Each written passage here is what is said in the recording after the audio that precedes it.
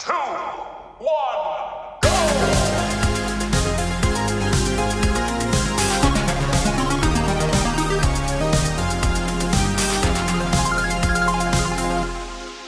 What's up, gamers? Welcome to Screen Smash, CouchSoup's one and only video game podcast.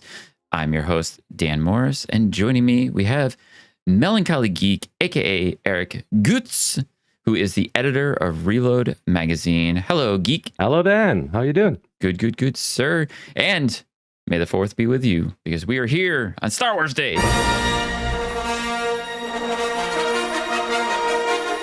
May the 4th be with you, indeed. Hello there. Yes, and Star Wars being the topic of conversation here, because you, sir, are one heck of a Star Wars fan. Bit, maybe. Well, especially like Star Wars games. Yes. Actually, I got into the gaming part of it rather late, but yeah, nowadays, pretty much streaming it every Monday and stuff like that. And yeah. We decided that we were going to sit down today and talk about all things Star Wars, as it is May the 4th. And there's a lot of Star Wars things to talk about. There's so many Star Wars games. Plus, we've got a new Star Wars game on the horizon, if you will. Star Wars Outlaws, which is a bit of controversy there, but we'll get into that in a little while. But first of all, Mr. Geek, Mr. Melancholy, please share with us and tell our audience a little bit about yourself. As you already mentioned, I'm editor of Reload magazine, which is a independent and retro boomer shooter, first-person shooter magazine with an amazing staff of writers, including our host, Dan Morris.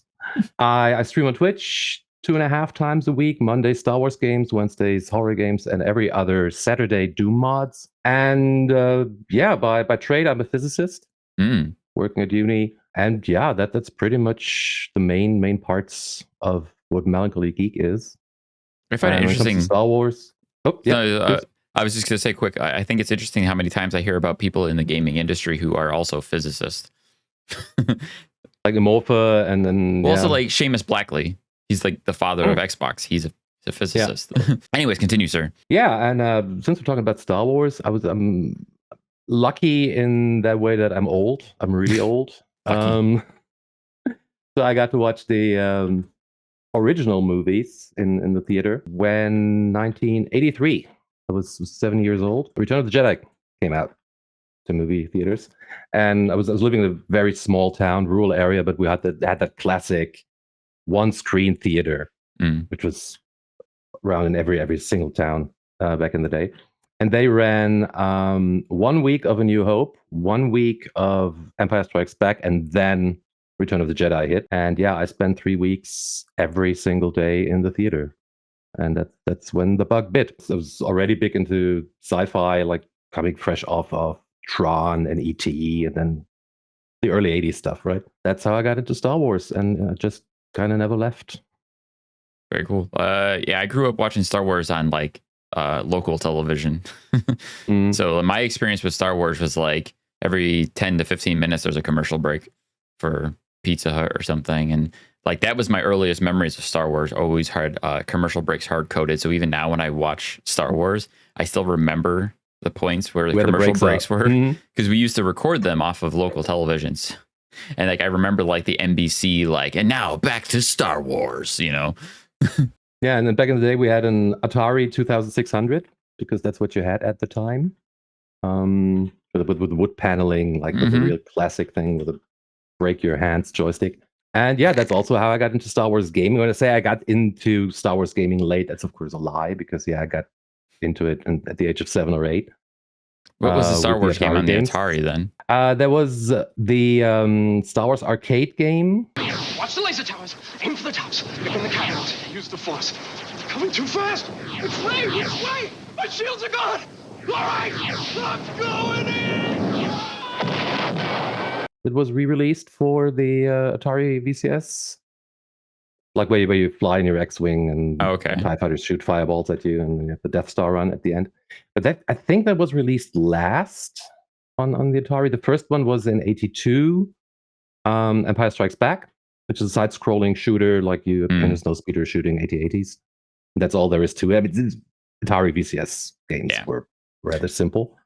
And the first one that I actually played was the Return of the Jedi Death Star Run, I think was the title. Where you're in the Falcon and try to get to the reactor core. I'm not sure what was my first Star Wars game, but if I had to guess, it was either Episode 1, The Phantom Menace on PlayStation 1, or maybe Rogue Squadron on the Nintendo 64. Possibly. And here's the part why I said I came into Star Wars gaming a bit late, because the Atari was the one and only console I ever had. I mean, nowadays there's a PlayStation 3 here, there's a Xbox 360 here. But when I grew up on the Atari, then this Commodore 64, and then PC, and that was it. So I missed out on a lot of Star Wars games, especially in the late 90s. Yeah, because there was a lot of things. console. What you mentioned was console exclusive. Yeah, I can still remember my excitement when they announced the Jedi Outcast 2 for the PC back in the day, and this was way back in the day. I was still a kid, and I heard about Jedi Outcast 2. And I'm like, oh my God, this looks like the most amazing Star Wars game ever. You can run around with a lightsaber. Jedi Knight 2 Outcast. Yes. To be perfectly accurate. Yes, that's the full title of the game. Because they dropped the Dark Forces. Yeah, because it was a sequel to a sequel to a sequel. Yeah. But that was my introduction to that series altogether. Okay. And at the time, we had like an old Packard Bell computer, I think. And I ran down to our store and I picked up a copy and ran home and installed it, not knowing that when you play PC games, they need optimization, they need graphics cards, they need memory. And I was very confused when the game did not run well at all. So that began my first experience of like, oh, when you play PC games, you need to make sure your computer can play them. Yeah, funny you should mention that, because upgrading my PC back in the day, the first one was a 486 SX25, I think. That I got for Doom originally. And Doom ran kind of okayish on it. And then came X-Wing and TIE Fighter, those games. And to get, I had a memory upgrade to 8 megabytes, like whopping 8 megabytes, so I could run TIE Fighter with sound. And even then, you had to like go into the auto exec batch and command com stuff, and then fiddle with memory allocation and everything. The stuff you did back then was amazeballs. But yeah, I eventually got it to run and ruin many a joystick with it. Oh man, I remember flight sticks back in the day too, playing flight sims and stuff. But yeah, I always had like just run of the mill basic PCs that weren't really meant for gaming. But then again, how many PCs back then were really meant for it? Especially when you buy like built ones from like, I think we got ours direct from Packard Bell back in the day. We didn't buy ours from the store. And oh my God, they were so expensive. But I remember going nuts on like audio cards and like sound systems. And then it didn't really matter because our computer couldn't really handle it. Like I got away with playing original Doom, you know, like the shareware versions of old id games and stuff. But yeah, I remember doing that kind of stuff too, with messing with settings. And like I barely got like the original Tomb Raider to run on my PC back then. And then of course I went through the whole thing with Outcast. I finally eventually got it to work, and I played a good chunk of that game. And I remember just being blown away by how cool it looked and how awesome the visuals were back then, which of course, looking at that game now, it's kind of like, you played that recently, didn't you? Outcast, I have not played on stream yet. I played the Dark Forces 2 Jedi Knight. I played that. And the Sith expansion. And currently we're playing Knights of the Old Republic. That's one of my all-time favorites. Which, by the way, yeah, of course, by modern standards, it looks dated, of course. But it is a really pretty game. It's really beautiful. I'm running it without mods and anything. But it's really nice. It looks really great. I've always loved Knights of the Old Republic. I played the bejesus out of that game when it first hit the original Xbox back in the day. And I played it alternatingly with a friend of mine, where he was playing as like a good Jedi and I was playing like dark side. So we experienced the both sides of the story together. So it's like I would play for a few hours and then he would play for a few hours on different save files. So yeah, when we got to the end of Knights on my file and saw the ending on the dark side version, we were like, oh, that's so much better. It was such a cooler ending. Yeah, we don't want to spoil a 20-year-old game here. No, not at all. But yeah, it's still a great, fun game. Yeah, it's definitely dated and aged visually poorly, but it's still, I think, a really fun game as long as you can be okay with the combat and like the weird D&D style dice roll. It's coming back though. It's coming back. Look at Baldur's Gate 3. Baldur's Look Gate, at, absolutely. What's the Warhammer game? A Rogue Trader. Mm-hmm. It's coming back. It's coming, and I hope the EA, not necessarily EA because the contract is open now, but the Disney remembers that, and maybe we could get a proper CRPG again, or at least they can do a proper job with the remake that may or may not still be happening. As last I heard, Saber Interactive has taken over development of the remake. Yeah, and they say it is very much alive and being in development. But who knows? I'm split on remakes. I'm very split on remakes. Do we need one? I'd rather have new original content, but then again, if that helps new generations experience the story again, sure. I mean, would it be so bad to just do a Knights of the Republic 3 and make like a new game in the same vein? I feel that's dead in the water. No, I know that's never going to happen.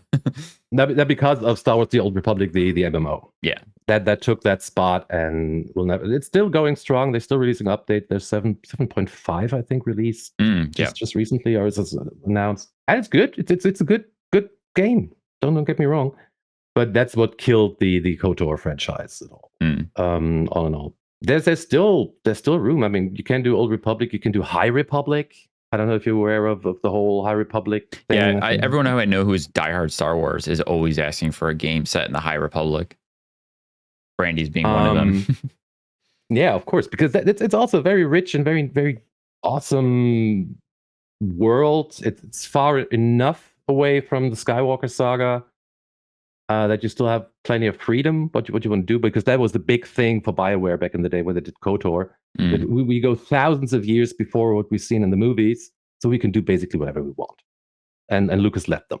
And Lucas loved what they did with it. Now, with the High Republic, it's a bit more stringent, I guess, because there is plenty of story around already, like plenty of books and comics and the Acolyte TV series coming out soon. But still, I could totally see that as a setting for a CRPG. I would love to see that.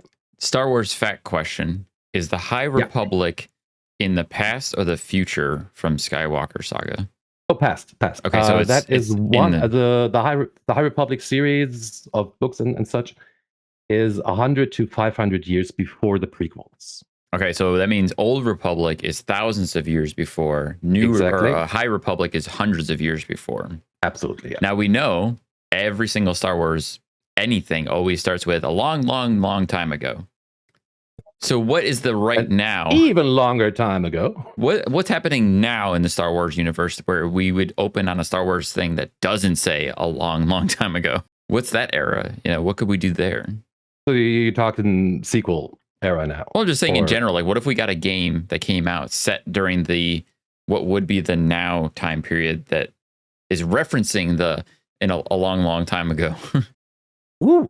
That's an interesting question because technically, I don't know if you're aware of the wills.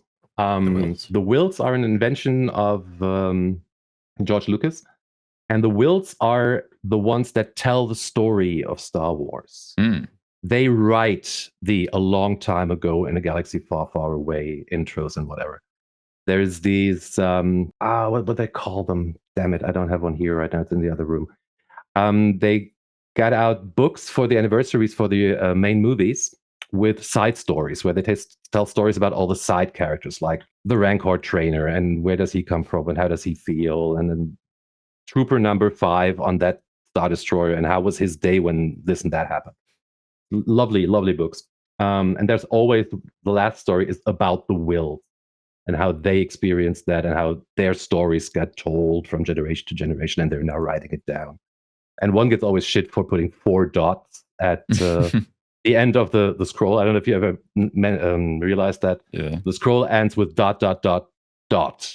It always ends with 4 dots, and he always gets shit for that. So what you would think about is a Journal of the Wills kind of game. It's very ethereal. It's very separated from all we know. I don't know if you could do that. And also, I don't think Disney wants to do stuff in the future because they got burned pretty badly when they last tried that. But I'm hopeful for that. But that's also a thing coming back to Star Wars gaming. We're talking, maybe something in the High Republic, and we will talk about Outlaws, which is set between The fourth or fifth and sixth movie. Yep. 5 and 6, exactly. Name a Star Wars game that is set in the sequel era, like 7, 8, 9. There's none. Yeah, right. They haven't gone that There's route yet. content in Battlefront 2, yes. There's content true. in the Lego Star Wars Skywalker Saga, yes. But there is no game set in that era, and there's none announced. They're not touching this. Yeah, I wonder if they're too afraid to go that route because of how mixed received the newer movies have been. I mean, they announced the new Rey movie that is definitely going to happen. Apart from that, they're just not touching it. Yeah, I think it's just safe to say that the generations of the prequels to the original trilogy is like the safe zone for them to stick with, like between 4, 5, and 6. They don't want to go outside that because that's what people most associate with.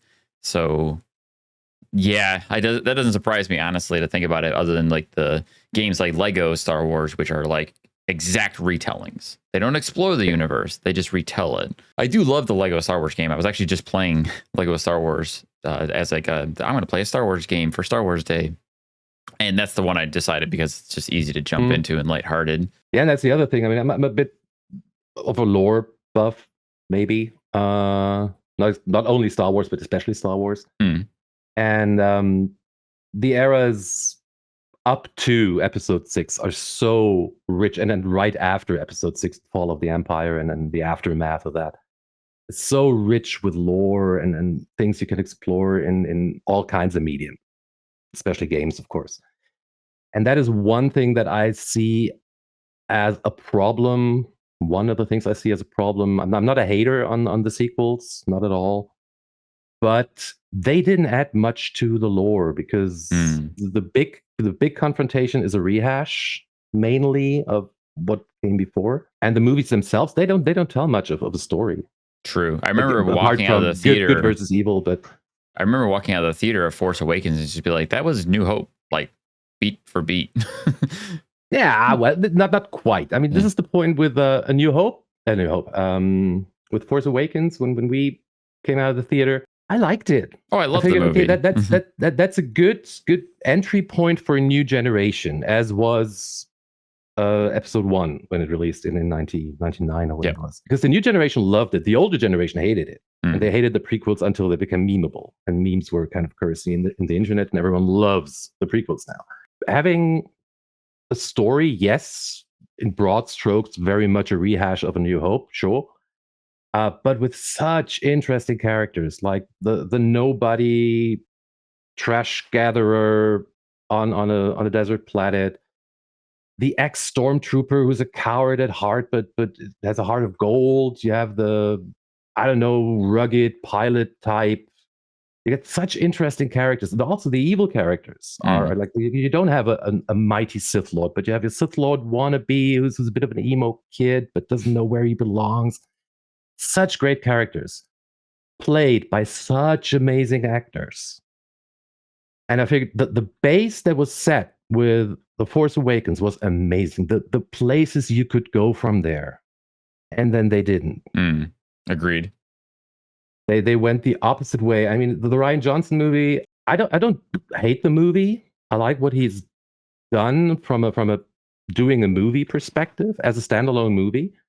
It just didn't fit in the saga because he took everything JJ did in The Force Awakens and done away with it. Like Finn is a comic relief character now. Yeah, I remember sitting through that movie thinking like the whole Finn storyline in that movie felt like a throwaway almost. Absolutely. Rey, who already was on the verge of being called a Mary Sue, became a full-blown Mary Sue in that movie. Like she got so powerful so fast without doing much for it. There was no suffering on her part. There was no hero story as you had with Luke. What they did with Kylo and especially Hux, General Hux, who also became the comic relief on the other side. And then you thought, okay, how do we save this? How do we save the sequel trilogy?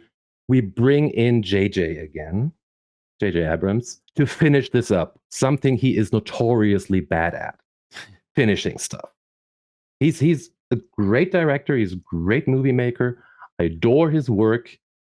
You should never, ever let him finish something. And I think he would agree, because I don't think he likes finishing stuff. Yeah, Rise of Skywalker.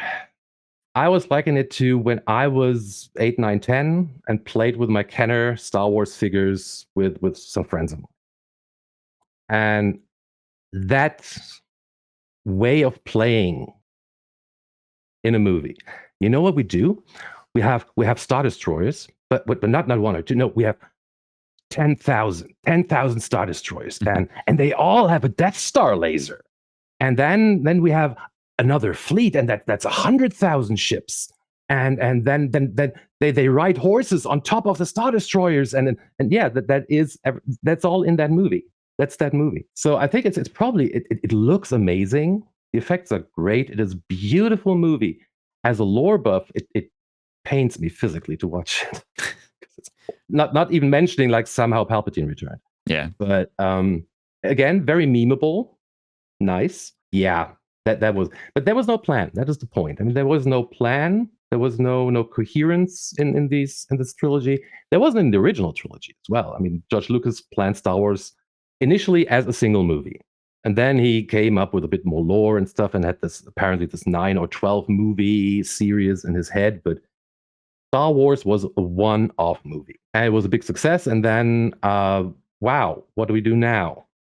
I'm not saying you have to have one director, one idea. I mean, Lars Kasdan in The Empire did a magnificent job as a director for that movie. But you had George Lucas, and George Lucas is, again, a lore nerd times 10. He is amazing when it comes to figuring out stuff and connections and thinking where things might go and whatnot. And he had a vision, maybe not clear beat by beat for how the movies were supposed to go, but he had a clear vision of where the universe as a whole should go and had ideas of where it came from. Now, he took that to maybe a bit too high a level with the prequels that he did all by his lonesome as a writer, as a director, as producer, as everything. He might have overdone it a bit, but lore-wise, those movies are amazing. They are great. Could have been 2.5 movies, could have been 2 movies from what he's telling. But that was great because there was a coherence, there was an idea that he knew where he started, he knew where he had to end. And coming with Disney, they had a great idea on where to start, but then, what do we do now? And that's a main issue I have. Yeah. I think one of my favorite things about the prequels now, like in retrospect, is looking back on those movies and thinking about the nuance of Qui-Gon Jinn being a great Jedi and what that means for everything. Let's hope no Star Wars fans are watching this. You said you said the bad word. You said great Jedi. They don't exist in canon. Come on, like well, I you love gotta it. think about It's the same with Ahsoka and whatnot. Right. Yes. But you got to think about how Qui-Gon Jinn was doing things against the Jedi Order in so many ways, and even to the point where he learned how to be a Force spirit, and he taught Yoda how to be a Force spirit. How come he learned how to be a Force spirit, but Yoda didn't? You got to think about what he was doing to learn those things, and then how Dooku was his mentor, his master, right? And think about how Dooku was probably a great Jedi for the most part too. Like, I'm not even going into I don't know all the lore. I haven't read all the books. This is just my assumptions based on the movies and what happens in those movies. And there's that scene in episode 2 when Obi-Wan's been captured and Dooku says he wishes Qui-Gon was there. And Obi-Wan says, Qui-Gon would never side with you. And it's like, but, where would Qui-Gon land if he was still there? How would things be different? A lot of things would be different if Qui-Gon hadn't been killed by Darth Maul, which again, I love Darth Maul. I love that character. And it kills me that he dies in the first movie with absolutely nothing. He doesn't. I know he doesn't die. He doesn't technically die. He still lives. He survives. Throughout the later seasons of Clone Wars, we learn about how he lived in a gutter sewer and got robot legs, with spider legs. Yeah. And Oh everything, man, yeah. It's terrifying. Yeah. But it was pure hatred that kept him alive and everything. That's I love that they turned Darth Maul into such a deep character when he was like this throwaway bad guy in the original movie. And also his story during the Clone Wars and in Rebels, and well, what's hinted at in the Solo movie, where he had a cameo as well. It's so rich. It's made like he was the head of Mandalore at one point, and then had a crime syndicate and stuff like that. And so much stuff to do with that character. I love that.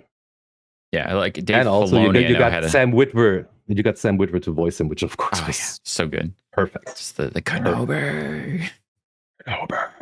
So good. And then of course Sam Witwer being in the Force Unleashed games, he was the Star Killer. Back to Star Wars gaming. Back to gaming. Like I have a deep like nostalgic love for the Unleashed games, but I know they're not so great to play nowadays. Like they're a little rough to go back. We played them on stream, and they're actually good fun. They're good fun. I mean, the first one, I loved the first one, absolutely, up to the Star Destroyer boss fight, because that is rubbish. I mean, it's very cool, but it's rubbish. And then the last level was like this weird platforming, and it wasn't good. They had great ideas there, but was the second game started. I'm just trying to remember now. I have to fact check it, but I think the Force Unleashed games were some of the last LucasArts games before they kind of like started letting other people take. I would have to check the timeline. I have to double check. Could be. Could be. I remember being really excited for Force Unleashed 2. I loved the first game. I played the crap out of it. I pre-ordered Force Unleashed 2. I got the special edition of it. I brought it home. I beat it in an afternoon, and I went, how did I beat that game in one day? What the hell? Yeah. And also there, the second half wasn't all that good. Yeah. Because there wasn't that much fighting anymore. There was just lots of running around. I loved 2, but yeah, it was way too short. And it was a bit of a letdown towards the end. But they were good games. They were fun games. I liked them. Now, I do feel like Jedi, the Fallen Order, kind of brought back that magic, because I love Jedi Fallen Order. It's easily like, I would say it's probably my game of the year for 2019 when that game released. I consumed that game in its entirety over the course of I think 2 or 3 weeks, where I beat the game, then I 100%ed it. I got all the achievements. BD, so you got BD there. I love BD. I love Cal. I love the story. I love the setting of that game. I love how it explores the nuance of Order 66 and the effects that had on people who survived Order 66. I think Jedi Fallen Order is like one of the best Star Wars games ever made. 100% agree. 100% agree. Also, with absolutely great characters. Not only Cal, but my heart beats for Merrin. I'm a big Merrin simp. I love Merrin. I love her so much. And she brought Night Sisters back in a big way, which are really great now. I've watched the new Tales of the Empire yet, but they have like the one arc about the Night Sisters, which is amazing. But also Seer as the disgruntled Jedi, maybe also kind of a great Jedi character in the end eventually, but she's using the dark side. And Grease, of course, is perfect. So I love it as much as just as much as you, I guess. Have you read this, by the way? I have not. I wanted to get that. I was going to order it when I heard about it. Do that. I have not. Do that because that is such a great continuation of the story. It bridges the gap between the two Jedi games. Right. And it's pretty much a Merrin book. Ooh.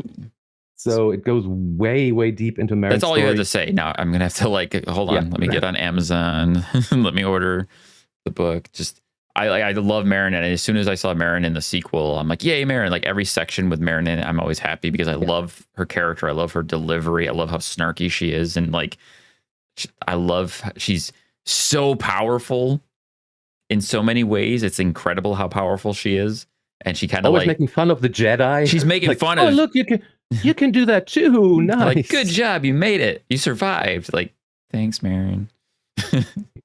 I love it. I love that whole character interaction, how she kind of like gives Cal shit all the time for not being that powerful in comparison to her, at least.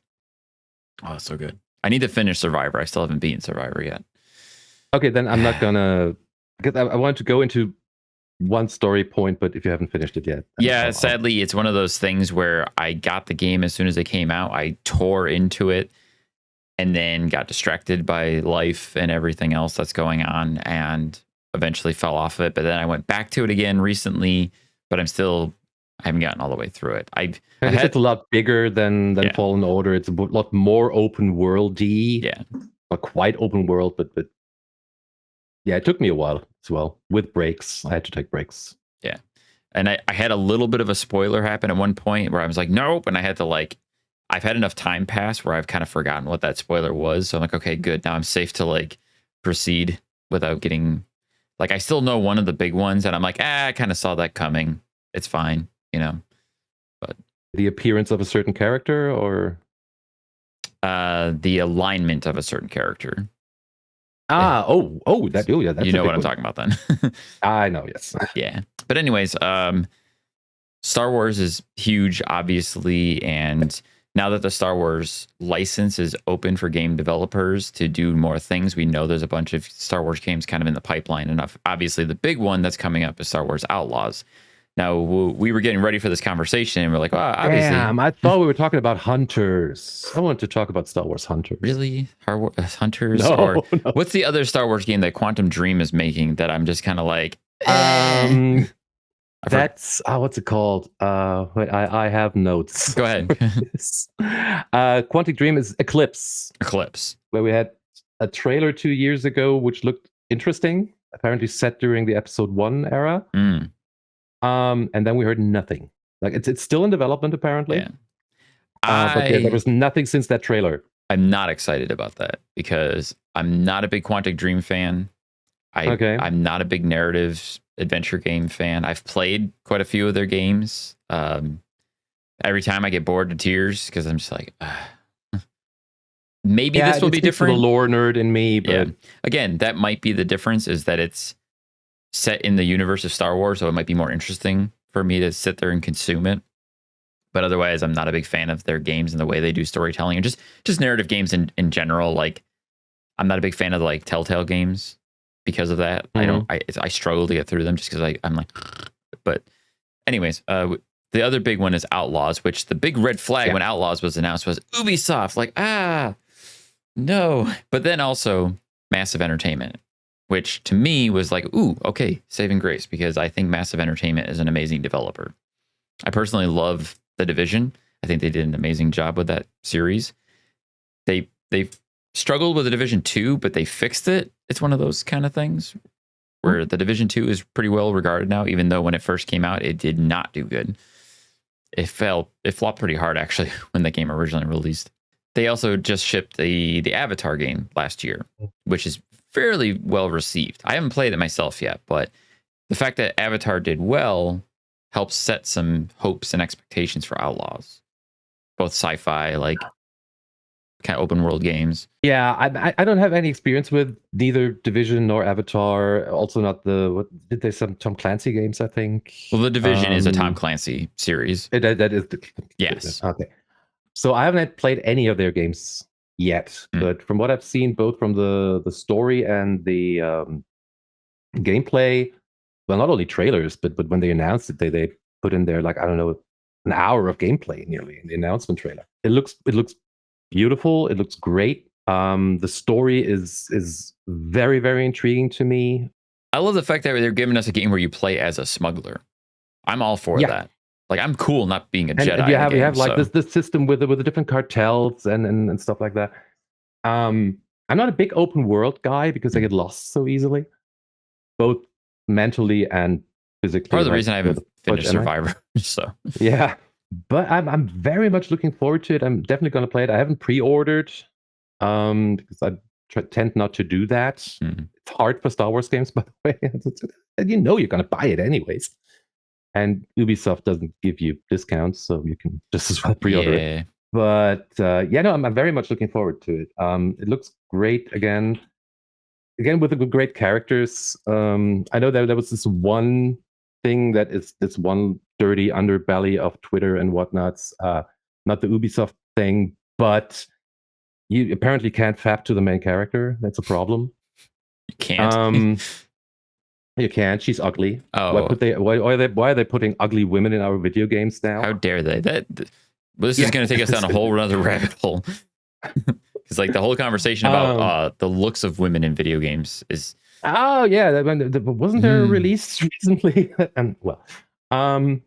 Well, like the one that the first thing that pops in my head immediately too was like I remember seeing a Twitter post tweeted about somebody compared Stellar Blade and the main character from Stellar Blade to the woman that's featured in the new Fable trailer, because you have Stellar Blade, which is this hyper over the top, over stylized feminine heroine character, and then you've got Fable, which was a very historically accurate woman in a English style setting where she looks very fucking normal, and people are like, ugh, you know, like, yeah. I'm sorry, she looks normal, like a human being.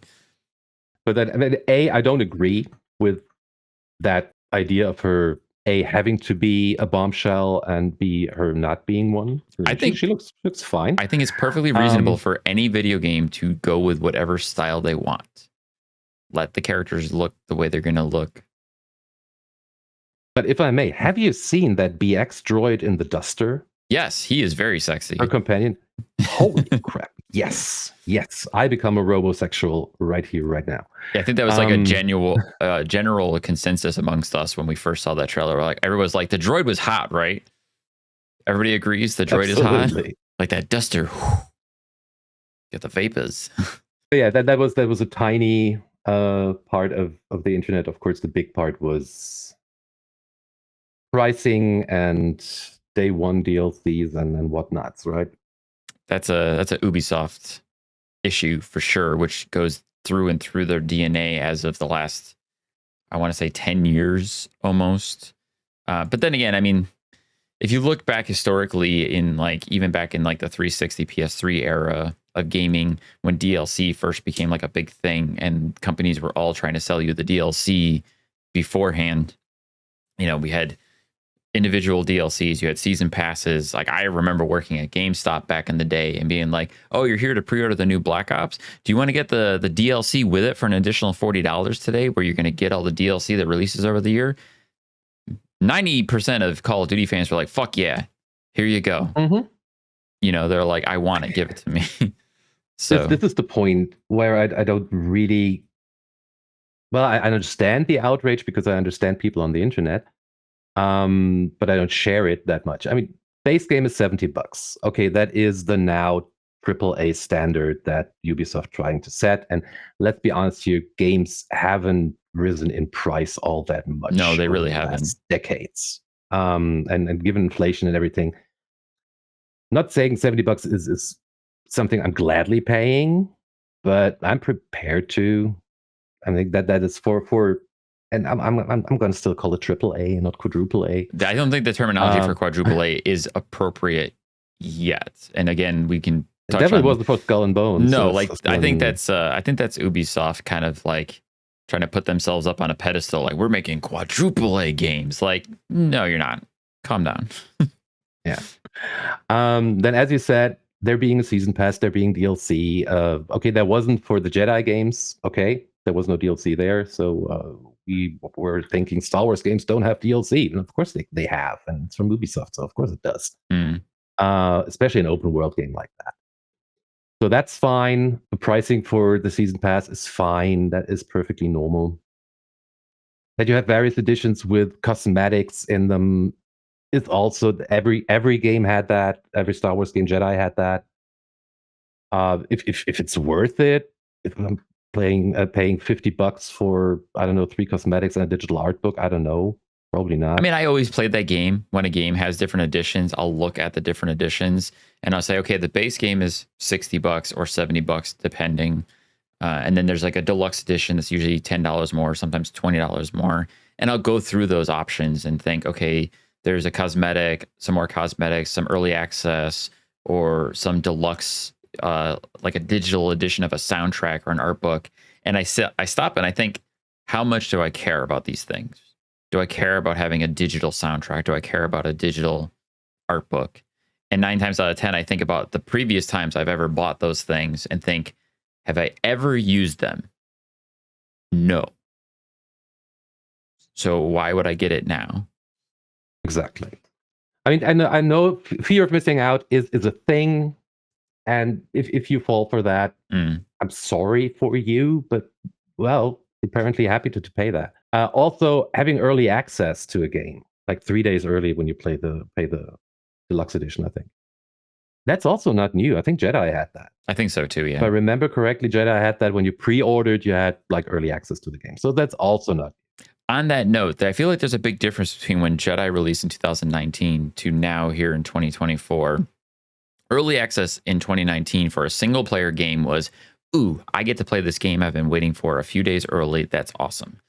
But now when you're talking about a game that's releasing in 2024, it's the, ooh, I get the game 3 days early, so I get to talk about it, promote it, or shit on it, or get on social media about it 3 days earlier than other people. So you're not paying for early access to the game. You're paying early access to be the first to the conversation. Coverage, yeah.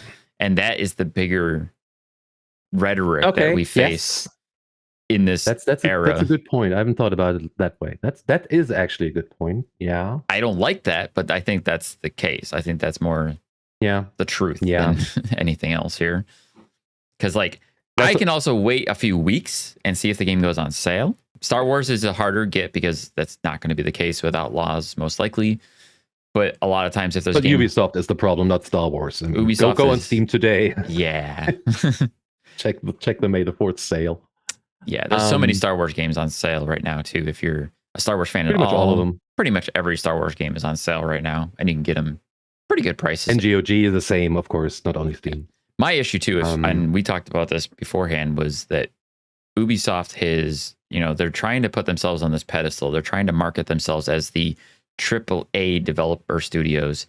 And I said this before, I think Ubisoft is trying to sell themselves as the Nintendo of third-party studios by having a premium on all of their content, all of their games, which I don't agree with. It drives me nuts.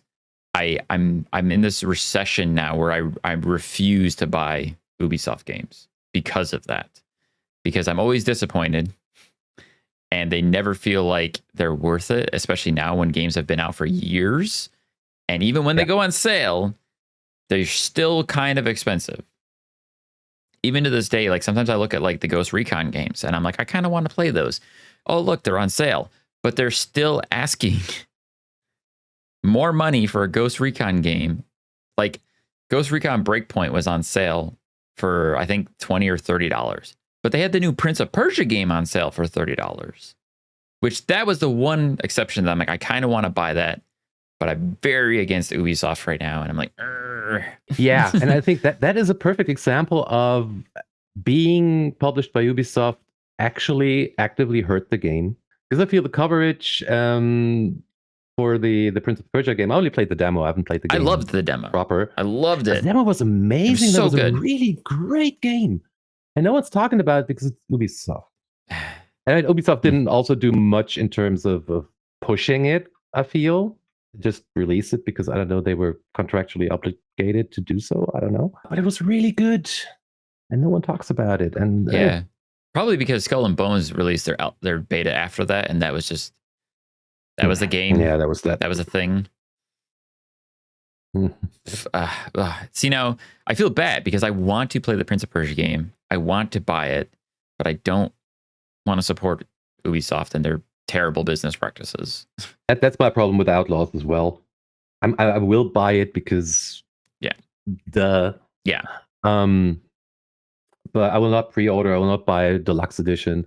I'm pretty sure, and this is the one thing that I kind of get the outrage.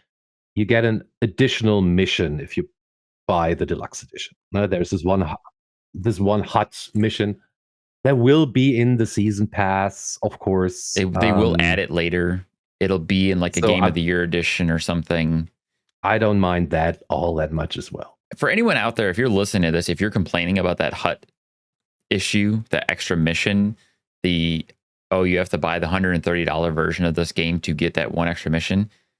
Think back to a decade ago when we had console exclusive levels and console exclusive missions, and we still get this. Still happens. Like PlayStation players get an extra map on Call of Duty, or Xbox got the Tomb Raider game a year early. You know, there was this battle for the player by giving these teeny tiny little incentives. An extra bonus mission to try to like incentivize you to spend that extra money, I don't think is that bad. I'm not going to buy that. I'm not going to spend the money on that $130 edition. I will very happily spend the $70 on the base version. And then if I've beaten the game, if I've done everything, and then that mission becomes available, I'm like, hey, yeah, I enjoyed it. I'll spend an extra few bucks on that. Same. 100% same. Yeah. I mean, there's, of course, one other option, right?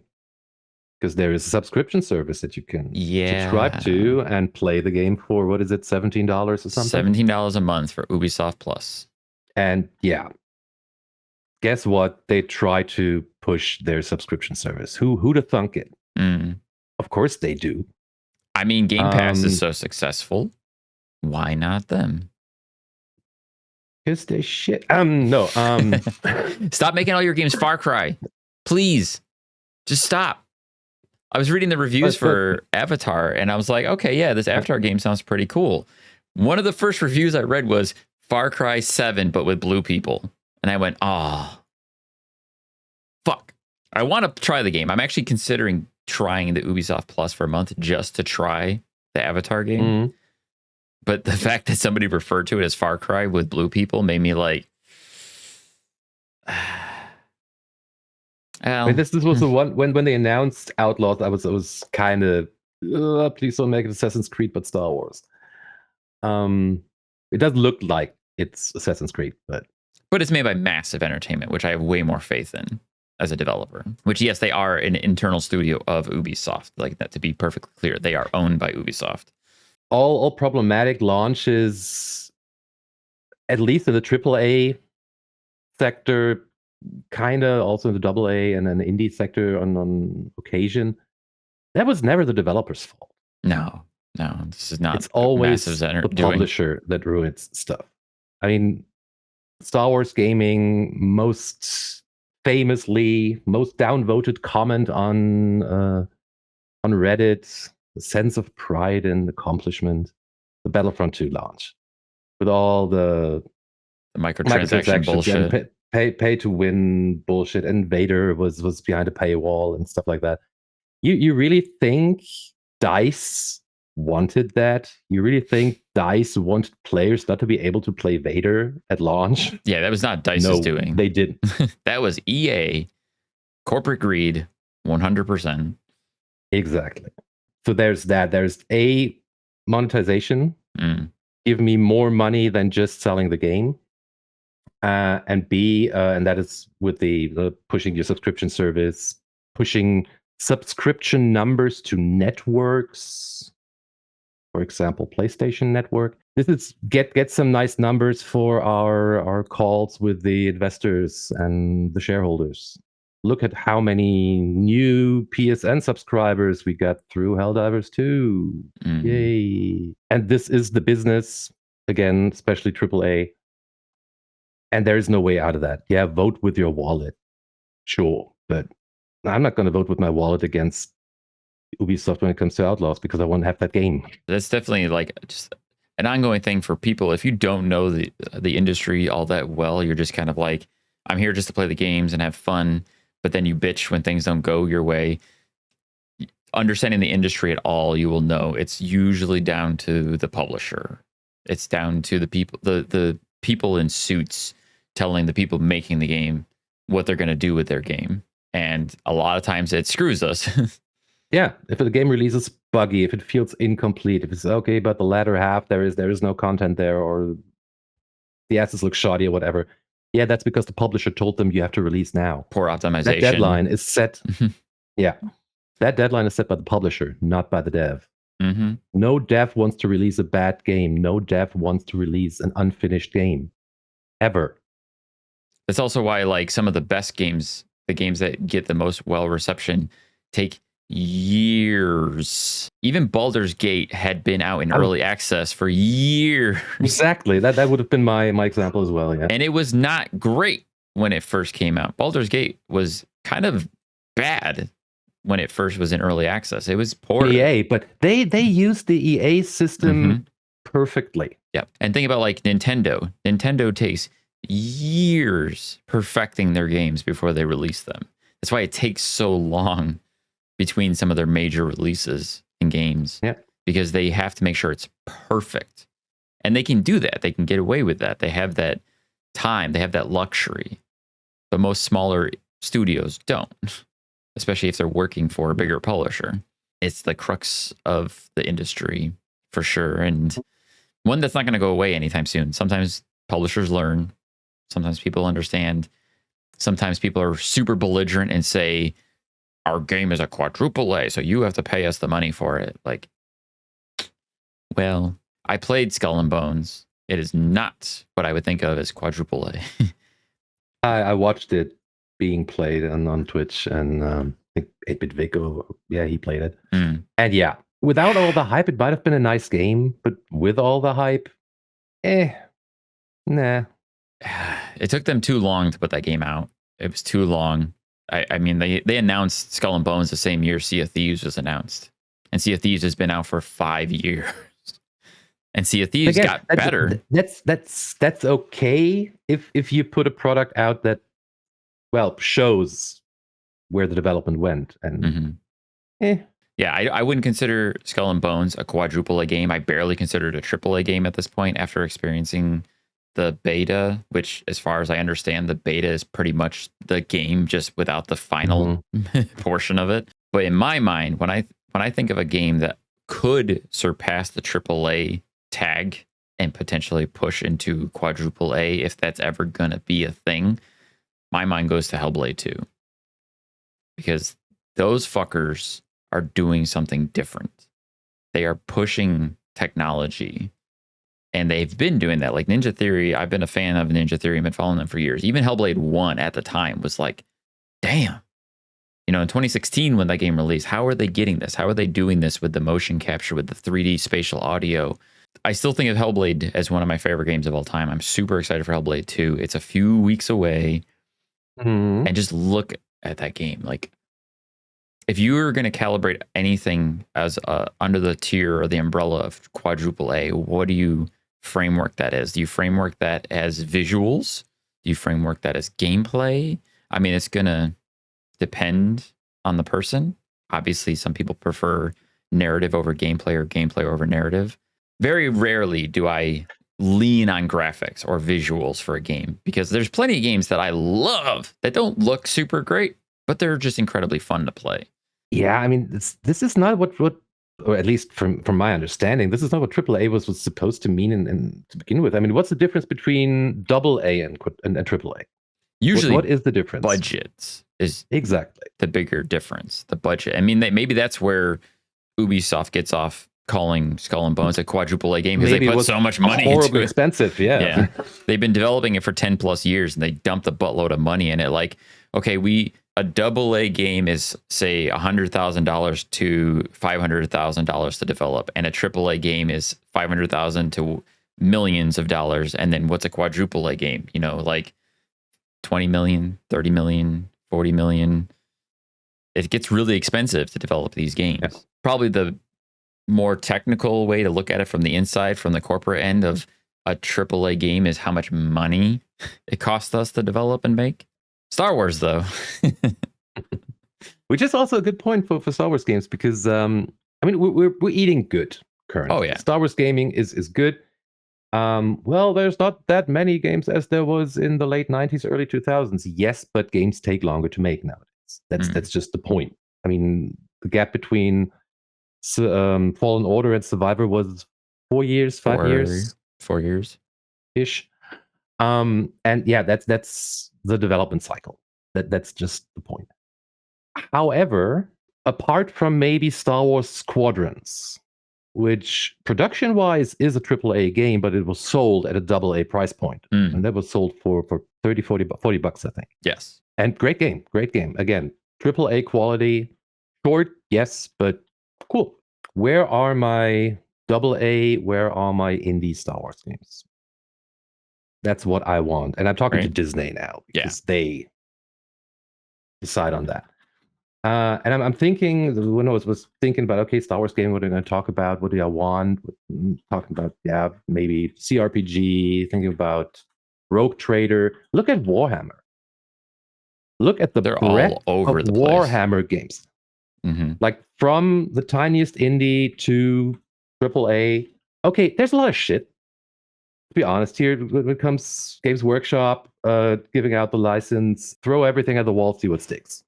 More often than not, they stick. They're good. There's really good Warhammer games out there.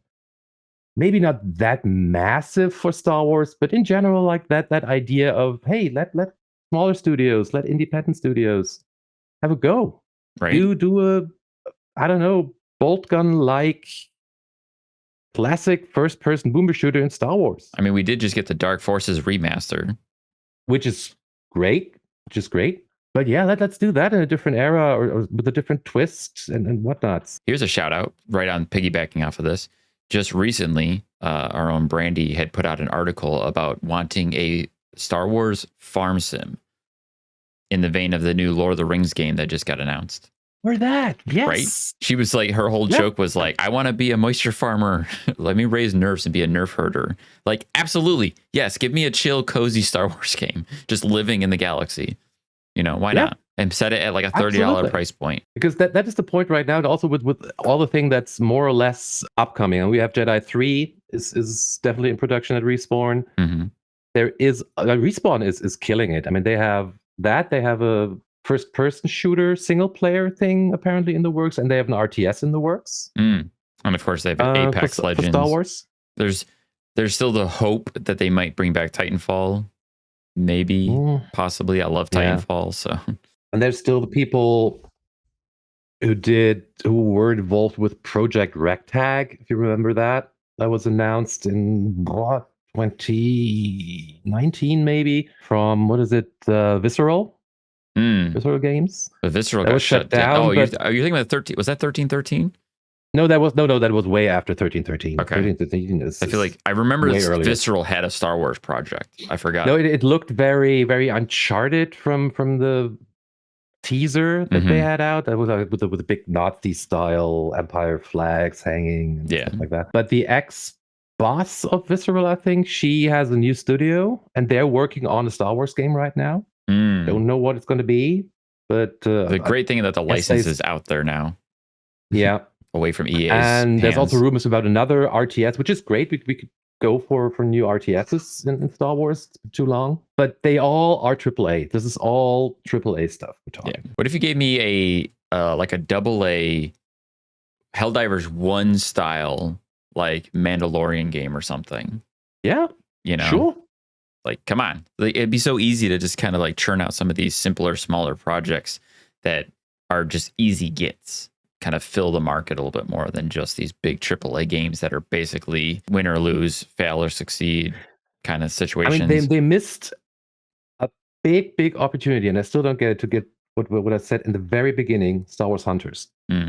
Because apart from the AAA ones, you have the mobile market. There's mobile Star Wars games. Oh, yeah. Some are okay, some are the usual pay-to-win stuff, of course.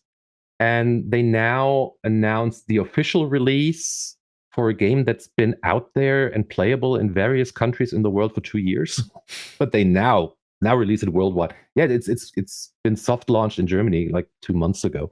Oh, really? And it's been in I don't know, I think South America for 2 years already. And Hunters, it's a 4v4 arena shooter third person game. I would love playing this on PC. But it's mobile only? Such a fun. It's mobile and Switch. So is it kind of like an Overwatch style thing? In third person? Yeah, like a third person 4v4 multiplayer. But yeah, in a way. Okay. You have various bounty hunter characters that you go against each other with really fun stuff, like 2 Ewoks stacked upon each other with wearing a coat is a character you can play there and stuff like that. That's pretty funny. Really fun. I tried it out on mobile, and this is such a wonderful idea of a game. It's short, it's sweet, it's rather inexpensive. Why are you not releasing this on PC?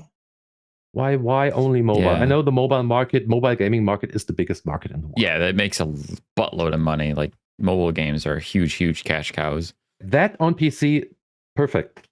That would be just one of those games that I'm thinking of. Yeah, it's one of those ones where it's like, if it's on mobile, why not PC? It doesn't really make sense at that point to not release it on at least PC, because then that's just kind of out there in the ether for everyone to enjoy. And once you have it on Switch and PC, you can have it on Xbox and PlayStation as well. It can be that hard to port as well. So yeah, that is something I don't get.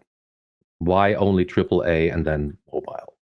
Where's the middle ground? So I wanted to at least say that I'm excited for Outlaws. I'm hopeful for Outlaws. I really enjoy the premise. I enjoy the setting, and I have faith in Massive Entertainment to create a fun, enjoyable game. Hopefully, as long as Ubisoft doesn't gouge the crap out of it.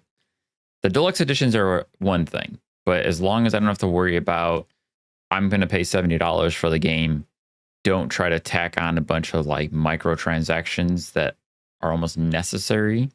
If it's something where, okay, down the road, I'm willing to pay for an expansion pack, that's fine. I'm okay with that. Just don't try to like get me gouging me on teeny tiny little microtransactions left and right. Like, don't Fortnite it. Those are one type of game. Don't try to don't try to thread that into my single player adventure. Like they did do that with Skull and Bones. They interweaved microtransactions into all of Skull and Bones. And it's like, dude, back off, please. Oh my goodness. Again, I wanted to just say Outlaws I'm excited for. I'm looking forward to it when it drops on August 30th. Hope they don't ruin it with the garbage. Hope it's done when it's dropping. Yes. Happy Star Wars Day. Happy Star Wars Day to you. We haven't touched on everything lately even. We haven't talked about the original Battlefront 1 and 2 collector's edition. Oh yeah, I thought about that too. Classic edition re-release. Have you played it? No, I haven't even bought it. We bought it. I have the originals, and they work fine. Oh, they do, absolutely. They work really fine, and with mods, they look better and play better than that. Apparently, yeah. We got the collection, and the biggest disappointment straight away was no consistent and solid crossplay, but also co-op. Because that's Brandy's thing. Brandy likes to play the new Battlefronts co-op. That's her favorite thing. Her and I will have nights where it's like, oh, it's a Battlefront night. We're just going to blast troopers and droids for the next few hours. And it's just mindless fun. We cannot do that with the original collection. It's a buggy mess. Trying to group up is weird. Trying to start a server is weird. The bots don't make any sense. The game is super glitchy. There was a new patch that came out today. I haven't checked it out to see what it does. But I even asked Brandy the other day, I'm like, do you want to play the old Battlefront? She's like, we played it once. I mean, I'm happy for all the PlayStation people that they can play it now because they didn't have access to it at all. And if I were a PlayStation player, yes, I would have bought it either way, sure. But yeah, if you're on PC, if you're on Xbox, just don't bother. I have the originals on Xbox via Xbox Live because they gave those games with Xbox Live in the past. So I already had the original 1 and 2 classic editions of the games, and I played it, and it runs perfectly fine. You can't play online, but they're playable. They play really well, actually. And I can't even tell the difference visually between the new collection and the original classic. That's the weird thing. I mean, they had this lazy AI upscaling of the textures, which blew up the game size. I know, it's huge. It's 50 some odd gigabytes. 80 gigs or 50 or something. It's huge. Like factor 10 over the original. And for what? It doesn't look that great. No, it's a massive game for no reason. No reason. Like the two original games by themselves are cumulatively, I think, maybe 12 gigabytes. But the new collection is over 50 gigabytes, and they look identical. So, and then you look at something like the Dark Forces remaster by Night Dive. It's at a decent price point. It really adds to the experience. It actually looks better. They redid everything from the cutscenes to all the textures by hand and not by AI. That's a great re-release. Or a remaster. I didn't need it because I know my way around a source port. But the fun thing is, I mean, there's the Force engine source port for all the Jedi engine games, which are Dark Forces and Outlaws. And the developer of that source port, he got contracted by Night Dive. And so they brought him in to do it. He was working on the remaster with them as well. Yeah. So that's really great. And yeah, that's how you do it. Night Dive, yay. There's also please Shadows of the Empire next, please. Right. Night Dive does some pretty good work when it comes to remakes, not remakes, but remasters of games.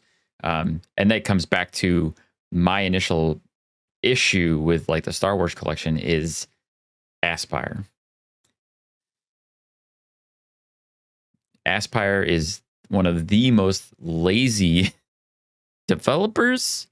I don't even know if you can call them developers because they don't make games. They port games. This is the harkening back to what I said earlier. No developer ever wants to make a bad game. I wouldn't call them developers. Exactly. Yeah. Like, so anytime a game that is announced by Aspyr, I'm always kind of like, shit. Coda remake. They were originally contracted to do the Coda remake. And as soon as I saw that announcement, I went, no, they won't. I was not wrong. Exactly, yeah. They're not doing it. And they failed to deliver on the ports of the Old Republic, the Knights of the Old Republic. They promised a new DLC, new game content. That right? Yeah, right, I remember that. They promised people who pre-ordered the ports of Old Republic or Knights of the Old Republic and a Knights of the Old Republic 2 that they were going to add new DLC missions to Knights of the Old Republic 2, and they didn't do it. I remember that, yeah. And rather than refunding people, they threw in like an extra port of a different Star Wars game for their pre-orders. Like they threw in like Pod Racer or something.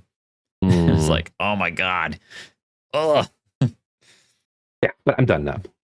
It's all good. Yeah, we could go on forever. And there's, ideally, hopefully a lot of other good Star Wars games. And there are so many good Star Wars games I would also like to see remastered or ported by other people than Aspyr. Please. Yeah. I was so happy when I saw the announcement for the Dark Forces remaster because I never in my wildest dreams thought that Night Dive would be allowed to touch the Star Wars franchise. And now that that's out and it's great, yeah, I'm looking at Bounty Hunter. I'm looking at, as I said, Shadows of the Empire that desperately needs a remaster because it's literally unplayable. Well, of course, Republic Commando, please do it. I don't see the direct need for it because the OG still plays really well. My big thing is like modern controls. Just having modern, like optimized controls would be, I think, the best thing for any game like that. Even if it's not a full remaster or maybe just an update for the game that adds some control mapping, because that's usually my biggest crux playing some of the older games is the controls being very archaic and just being like, this feels weird. I don't like this. Yeah, this is my problem with Shadows of the Empire. I tried to play it on stream, and then we frustratedly gave up 2 streams in because it's not doable. There's too many platform sections in there to work with that. Yeah, but also I don't know, Rogue Squadron and then all the other things, Rebel Assault. Give me all the old games, Night Dive. Give me all the old games. Or just have people make newer, indie-esque or AA, like it'd be so easy to just or that like give us another Squadrons, but keep it low key, keep it simple, like don't go so high on production values, or even if it's a Squadrons like but not EA Squadrons, like I feel like there's so many easy opportunities to get good simple Star Wars games. Anyways, this is all coming off like our own like anxiety that we have because of something like Ubisoft publishing a game or EA, who's been historically tyrannical with their usage of the rights for EA or with Star Wars games. And that was the worst decision from off the bat from Disney, exclusivity to EA, the gaming license. They did nothing with that license. They did nothing. They had that license for years, and the only thing that they put out were Battlefront 2 that entire time, which are great, fun games. I love DICE, and I like the way they make games, but EA mishandled them. Bad taste in the mouth for most of those now. And then they stopped. I mean, I honestly think Battlefront 2 as a live service game, proper live service game, could still work. They could have still added, with all the TV shows and everything, they could have added content forever. Mm. I mean, it's still being played. Oh yeah, absolutely. Service is still okay. Well, Battlefront 2 is there. a lot of fun to play now. Like, it's good. It's a good game. I wouldn't have told you to play it back in 2018 when it released. 2017? 19, 17? 17. 15 and 17, yeah. Back then, it wasn't a good. It was not a game to play. Nope. The only issue with Battlefront 2 now is there's a lot of the old school like diehards and tryhards that have been playing the game since it launched, and there's a weird scaling. So when you try to play online with people, if you're new to the game, you're going to lose. That's the short of it. You're going to lose to every other person. You're going to get in matches with people who are like ranked 600, and they're going to beat you every time, no matter what. Especially heroes versus villains. It's completely unplayable. Yeah. Heroes versus villains used to be my favorite mode in Battlefront 2 back when it first launched. It was so fun. I used to love getting in those matches. And anytime we got a stage that had like fall points, or like you can push somebody off a stage, like that was the move. Like, okay, I got to be a force user that has a push, and like Obi-Wan, and just run up to people and just go bam and like shove them off the stage and watch them. Next to the hangar, the thing with the... Exactly. Like you got the pathways outside in the storm. Yeah, exactly. That was like the that was like the pinnacle of Battlefront 2 when it first launched. I used to love playing heroes versus villains, but it's tough now unless you get like a crew of people who are new together playing together. So no one's overpowered. I don't know how that works either. There's no scaling. Once you get to a certain point with a character, they don't get stronger, but somehow people who have been playing the game for years are unkillable unless they're hacking somehow. I don't know. That is from what I've heard, that's a problem on PC. I don't know. I don't know. But I mean, we play on console for the most part, but it's still it's constantly like facing down somebody who just doesn't die. Like, okay. Any final thoughts on Star Wars before we wrap it up? They're never final with me, so don't ask. No, there's no ending. We can go enjoy our Star Wars day and watch Star Wars, play Star Wars, read Star Wars. That's what we're gonna do. All right. Yeah. Thank you very much for having me. It was great fun. Thank you, Geek. I appreciate you taking the time out of your schedule to join me, and give us one last shout out for like Reload Magazine. If anyone out there is a fan of old school or indie first-person shooter games, you can check out Reload Magazine online, and you can help get funding and actually get the physical magazine when they get out.